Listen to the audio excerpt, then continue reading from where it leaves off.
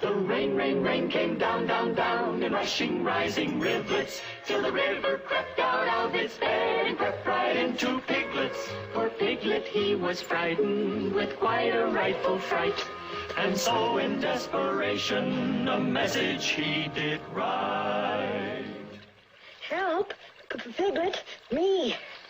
He placed it in a bottle, and it floated out of sight.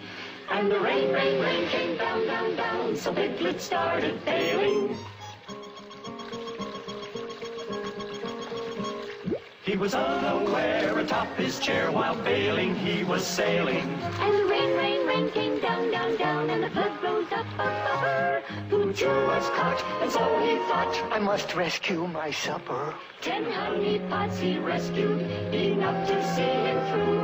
But as he sopped up his supper, the river sopped up Pooh. And the water twirled and tossed him in a honey pot. Canoe